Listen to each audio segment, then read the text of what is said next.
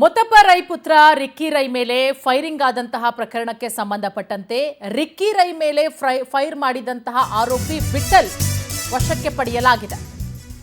ಮುತ್ತಪ್ಪ ರೈ ಪುತ್ರ ರಿಕ್ಕಿ ರೈ ಮೇಲೆ ಫೈರಿಂಗ್ ಮಾಡಿದ ಪ್ರಕರಣಕ್ಕೆ ಸಂಬಂಧಪಟ್ಟಂತೆ ರಿಕ್ಕಿ ರೈ ಮೇಲೆ ಫೈರ್ ಮಾಡಿದ ಆರೋಪಿಯನ್ನ ಪೊಲೀಸರು ವಶಕ್ಕೆ ಪಡೆದುಕೊಂಡಿದ್ದಾರೆ. ಆರೋಪದ ಮೇಲೆ ವಿಠಲ್ನನ್ನ ವಶಕ್ಕೆ ಪಡೆದಿರುವ ಪೊಲೀಸರು ವಶಕ್ಕೆ ಪಡೆದು ವಿಚಾರಣೆಯನ್ನ ಮಾಡ್ತಾ ಇದ್ದಾರೆ. ಆರೋಪಿಯನ್ನ ವಶಕ್ಕೆ ಪಡೆದು ವಿಚಾರಣೆ ಮಾಡ್ತಾ ಇರೋದು. ರಿಕ್ಕಿ ರೈಗೆ ಈ ಹಿಂದೆ ಗನ್ಮ್ಯಾನ್ ಆಗಿದ್ದವನಿಂದಲೇ ಈ ಕೃತ್ಯ ಆಗಿದೆಯಾ ಅನ್ನುವಂತಹ ಒಂದಷ್ಟು ಪ್ರಶ್ನೆಗಳು ಮೂಡ್ತಾ ಇದೆ.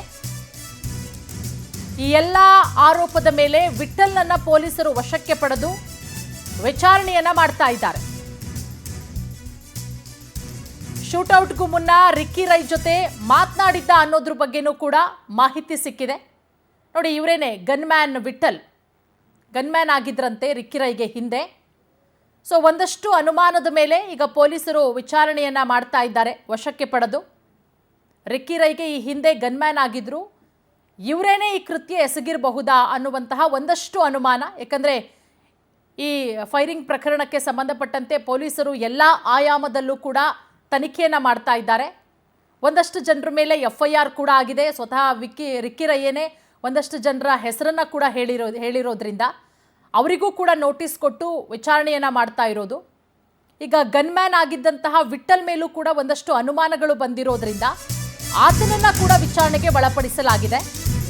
ರಿಕ್ಕಿ ಆಸ್ಪತ್ರೆ ಸೇರ್ತಾ ಇದ್ದಂತೆ ವಾಪಸ್ ಬಂದಿರುವ ವಿಠಲ್ ಚಲನವಲನದ ಮೇಲೆ ಪೊಲೀಸರಿಗೆ ಅನುಮಾನ ಶುರುವಾಗುತ್ತೆ. ಇದೇ ಕಾರಣಕ್ಕೆ ವಿಠಲ್ನನ್ನ ವಶಕ್ಕೆ ಪಡೆದು ವಿಚಾರಣೆ ಮಾಡಿರೋದು. ಆರೋಪಿ ವಿಚಾರಣೆಯ ಬಳಿಕ ರಹಸ್ಯ ಹೊರಬರುವಂತಹ ಸಾಧ್ಯತೆಗಳು ಕೂಡ ಇದೆ. ಸಾಕಷ್ಟು ಕುತೂಹಲ ಕೆರಳಿಸಿರುವ ಶೂಟೌಟ್ ಪ್ರಕರಣ. ನೋಡಿ, ರಿಕ್ಕಿ ಆಸ್ಪತ್ರೆ ಸೇರ್ತಾ ಇದ್ದಂತೆ ವಿಠಲ್ ವಾಪಸ್ ಬಂದು ಆತನ ಒಂದಷ್ಟು ನಡವಳಿಕೆಗಳು, ಚಲನವಲನಗಳನ್ನು ಗಮನಿಸಿದಂತಹ ಪೊಲೀಸರು ಆತನನ್ನ ವಶಕ್ಕೆ ಪಡೆದು ವಿಚಾರಣೆ ಮಾಡ್ತಾ ಇದ್ದಾರೆ.